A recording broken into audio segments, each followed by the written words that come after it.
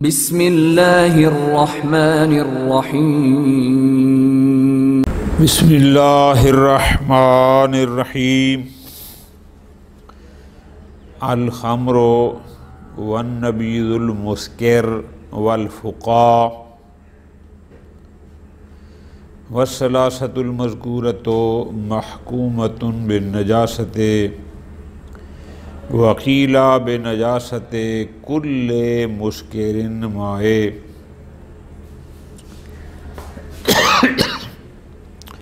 بات ہماری چل رہی تھی نجاسات کی، بول کی بات ہوئی، غائط کی بات ہوئی، منی کی بات ہوئی، دم کی بات ہوئی۔ اس فہرست میں اب بات ہماری شروع ہو گئی خامر کی۔ خامر عام طور پر اس شراب کو کہا جاتا ہے جو انگوروں سے بنایا جاتا ہے۔ نبیذ یہ بھی اس کی قسم ہے، ایک نشہ آور چیز ہے نبیذ، جس کو انگوروں سے بنایا جاتا ہے۔ اور فقاء، قاف کو مشدد پڑھنا ہے، جس کو کہتے ہیں جو کی شراب۔ ایک نکتہ یہاں پہلے ذہن میں رکھنا کہ ہم بات کر رہے ہیں نجاست اور طہارت کی، نہ کہ حرام اور حلال کی۔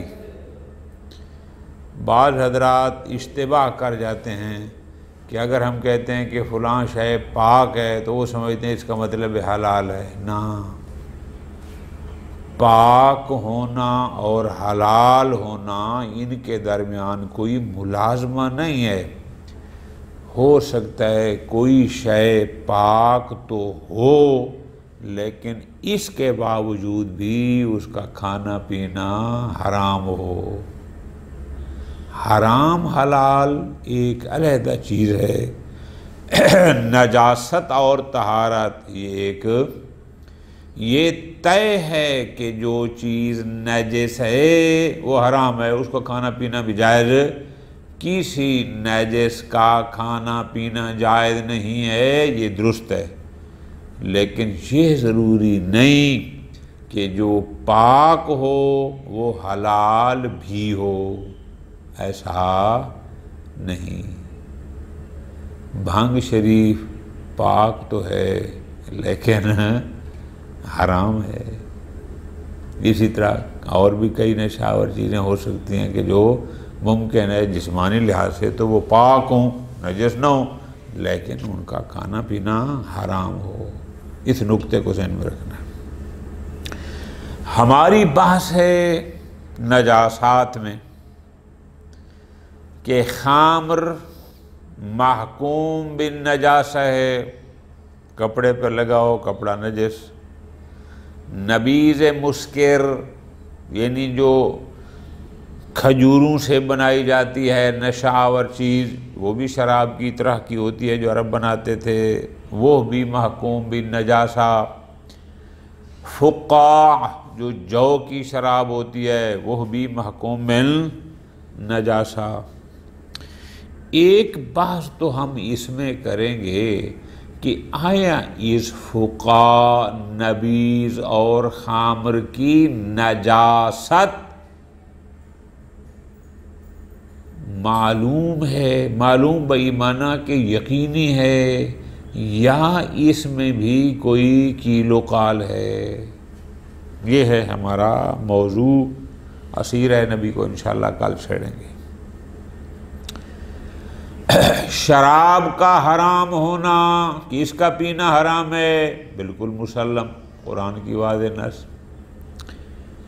نبیذ مسکر، فقاء جو کی شراب، ان کا پینا حرام، اب یہ علیحدہ، یہ ہمارا موضوع بحث نہیں ہے، بلکہ یوں کہہ دیں ہر وہ شے جو مسکرات میں سے ہو، جو نشہ آور ہو، اس کا کھانا پینا حرام۔ لیکن یہ ہمارا موضوع بحث ہے۔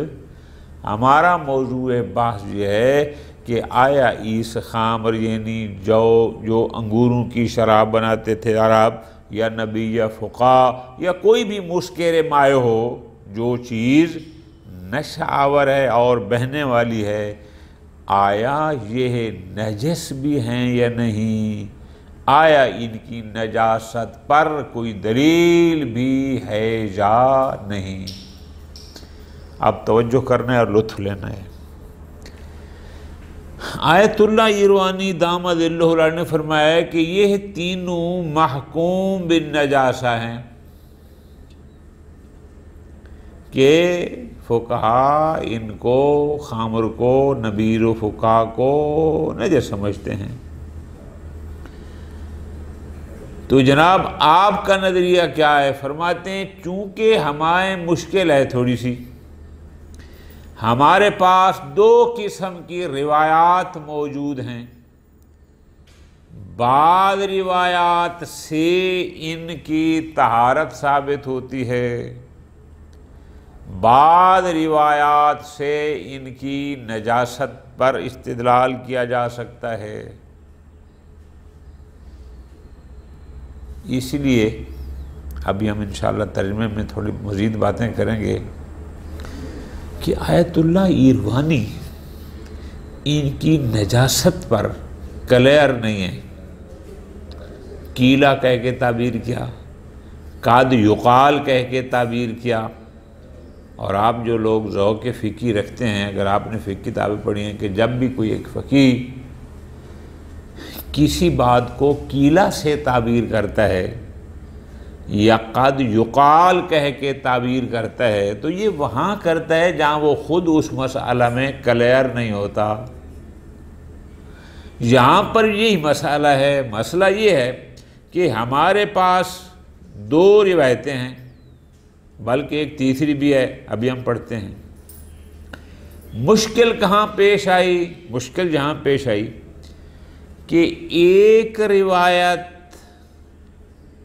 نص ہے عدم نجاست میں، اور ایک روایت ظہور رکھتی ہے نجاست میں۔ تو جب نص اور ظاہر کا تعارض ہو، یہ اصول فقہ میں آپ نے پڑھا، تو وہاں نص مقدم ہوتی ہے ظاہر پر۔ تو جناب اگر طہارت والی جو روایت ہے وہ نص ہے اور نجاست والی ظہور رکھتی ہے، تو پھر آپ کلیئر کر دیں کہ جناب یہ حرام ہیں، نجس نہیں ہیں۔ لیکن پھر چونکہ اکثر نجاست قائل ہیں، پھر کہتے ہیں مسئلہ یہ ہے کہ قد یقال، کچھ اور روایات ہیں کہ بسا اوقات حضرات فقہا ان روایات کا سہارا لیتے ہیں اور ان کا سہارا لے کر نجاست والی روایت کو مقدم کرتے ہیں اس پر کہ جو طہارت والی ہے۔ وہ روایت کون سی ہیں وہ انشاءاللہ ابھی ترجمے میں پڑھتے ہیں۔ تو خلاصہ یہ ہوا کہ یہ تینوں چیزیں آیت اللہ ایروانی کے نزدیک محکوم بالنجاسہ ہیں۔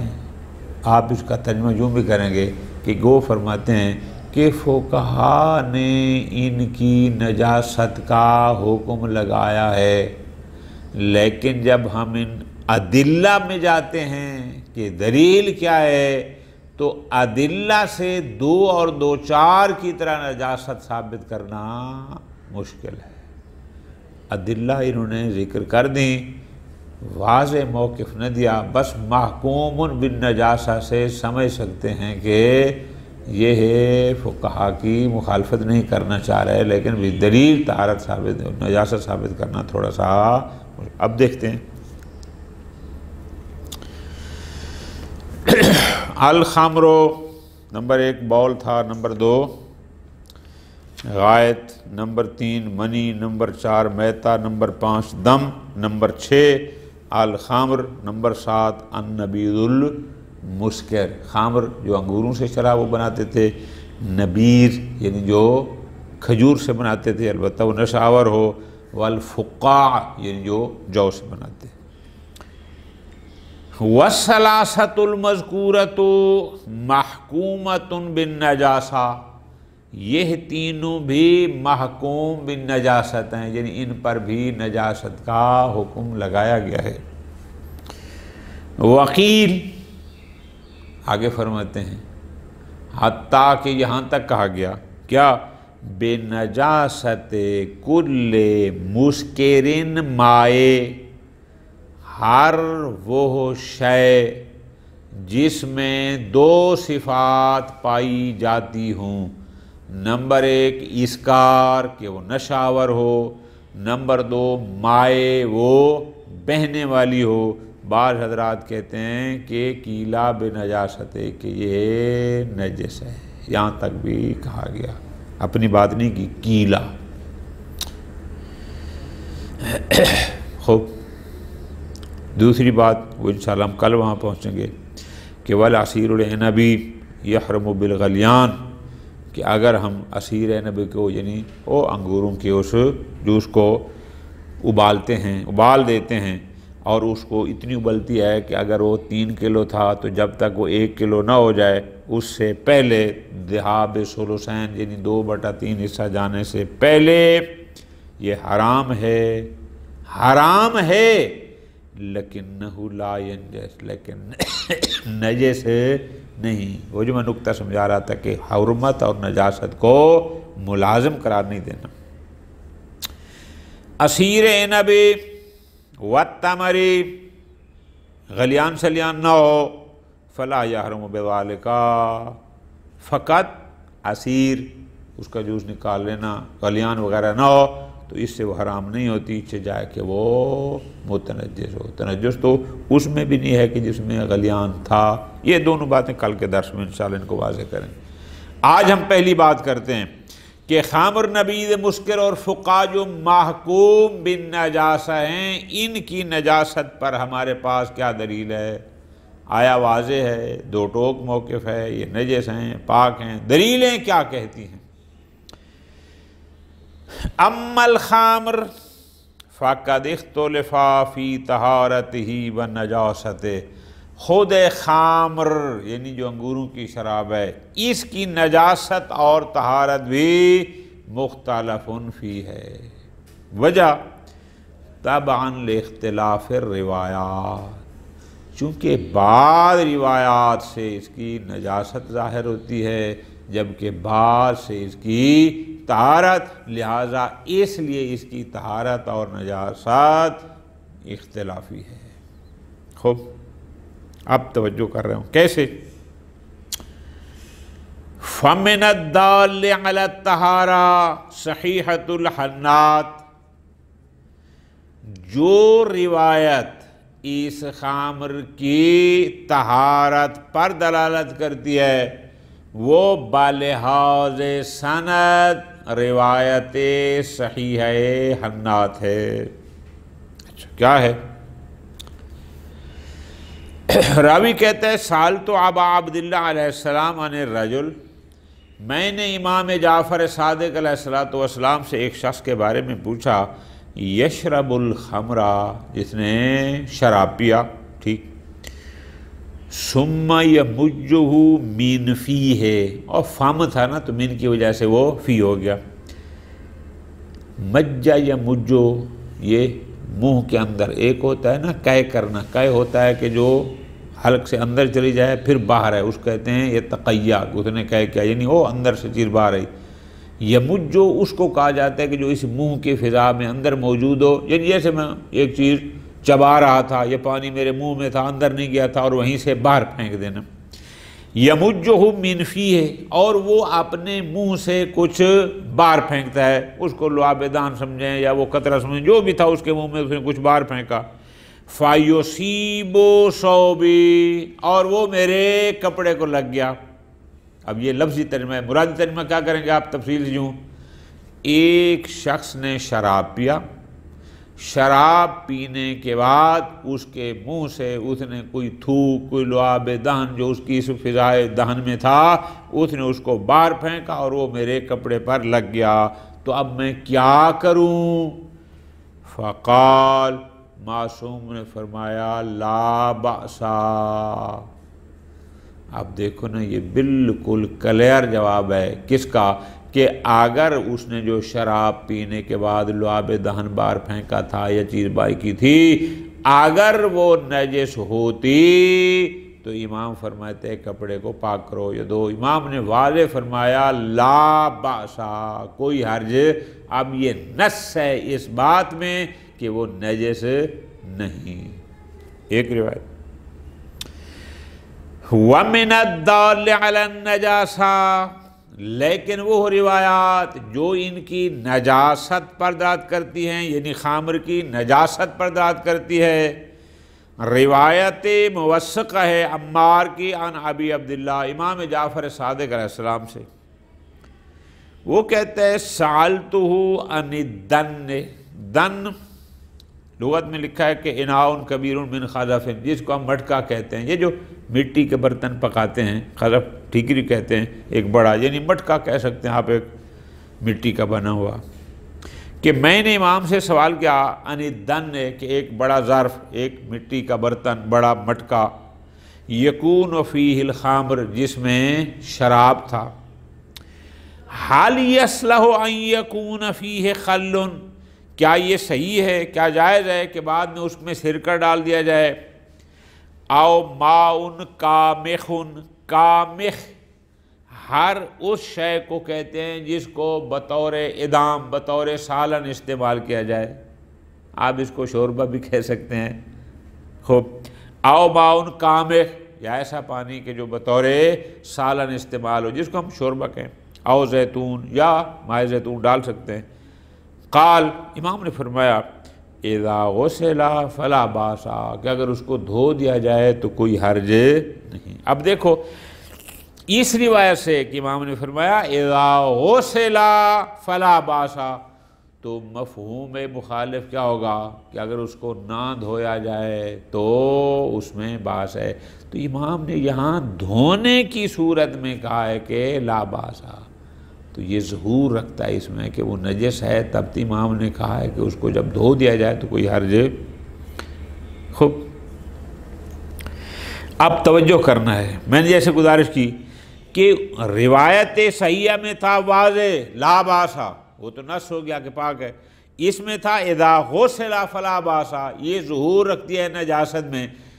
باب وہاں اصول الفقہ میں بحث جب کرتے ہو کیا کہتے ہیں کہ اگر نص اور ظاہر کا تعارض ہو تو نص ظاہر پر مقدم ہوتی ہے، تو یہاں مقدم کیوں نہیں کر رہے؟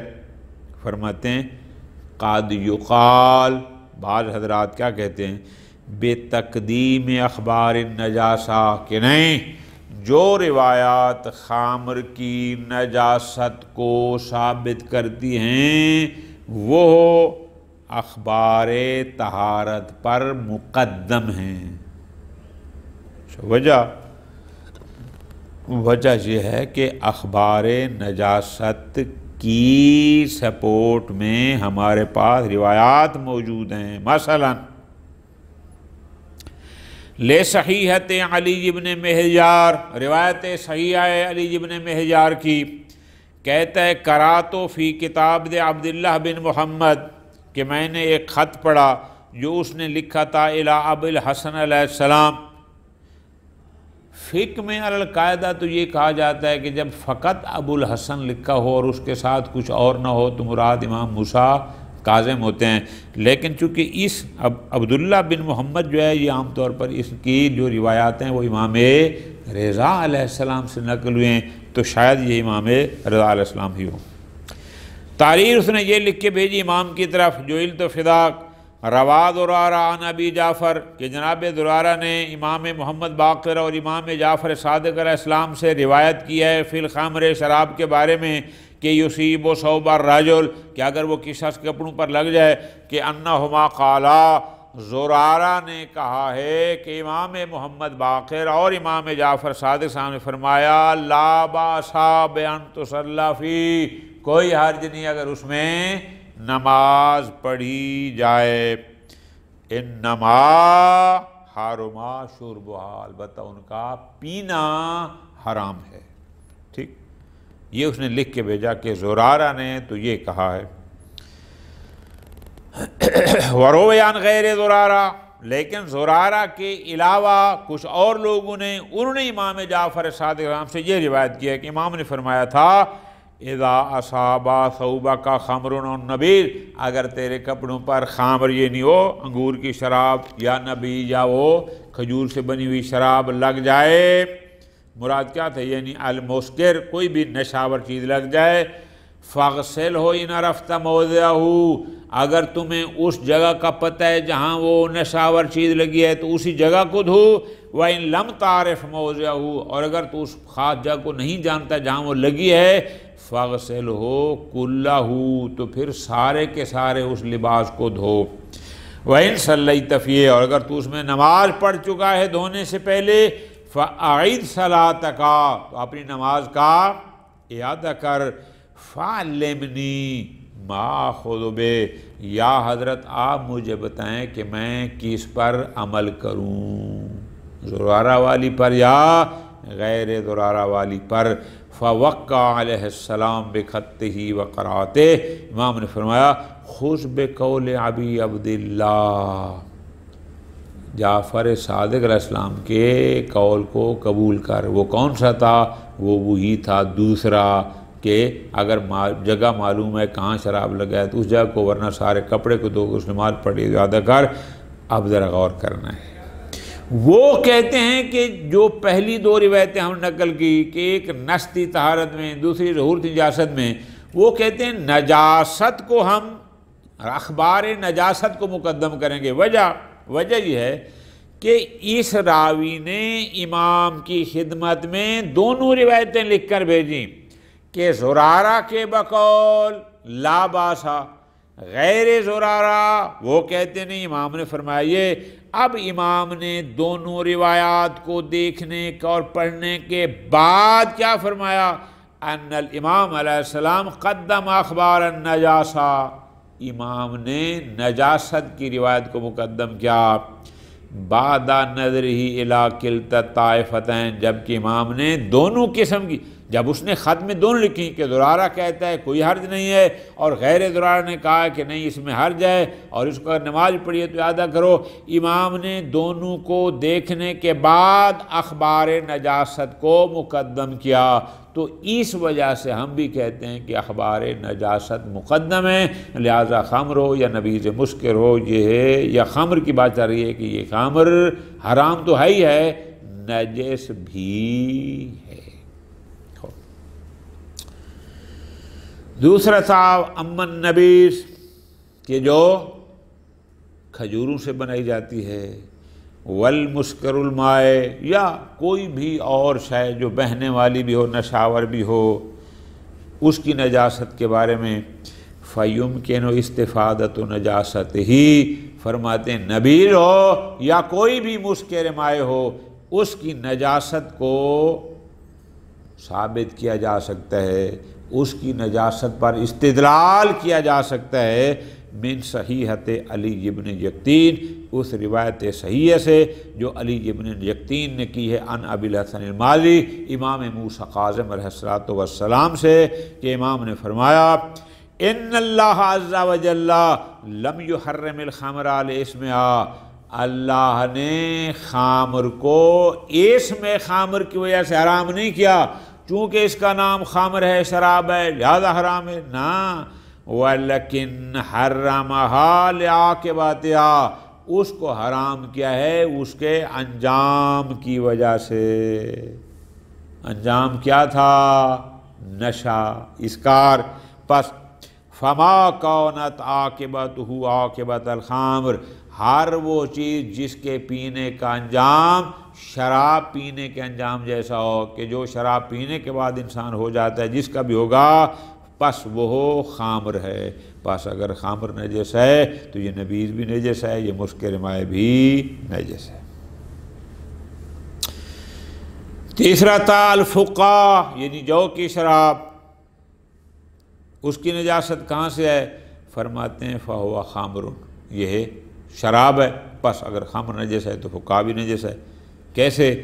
لمخاطبت ہی ابن فضال، یہ بھی ایک تحریر مخاطبہ ہے، اس نے لکھ کے بھیجا ابن فضال نے، کہتے ہیں کتبت الی ابی الحسن علیہ السلام اسألہ عن الفقہ، میں نے امام ابو الحسن یعنی امام، اگر اس کو مانیں کہ اگر مطلقاً ابو الحسن و تمرا موسیٰ قادم ہوتے ہیں، یا بعد نے امام رضا کی نسبت بھی دی ہے کہ میں نے امام کی خدمت میں لکھ کر یہ بھیجا کیا، اسألہ عن الفقہ، کہ جناب یہ فقہ کیا ہے، فقہ کے بارے میں، یعنی جو جو سے بنائی جاتی ہے اس کے بارے میں حکم کیا ہے؟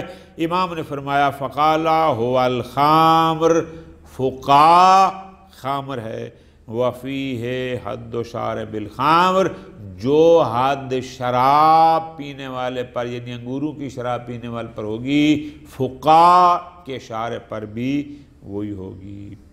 بے تقریب ان مقتضا اطلاق کی تنزیل، جب امام نے فرمایا ہوا الخامر، کوئی قید نہیں ہے، تو پس جو حکم خامر کا ہوگا وہی حکم فقہ کا ہوگا۔ اگر خامر محکوم من نجاست ہے تو فقہ بھی امام نے فرمایا ہوا الخامر، یہ بھی محکوم بالنجاست ہے۔ صلی اللہ علیہ وسلم۔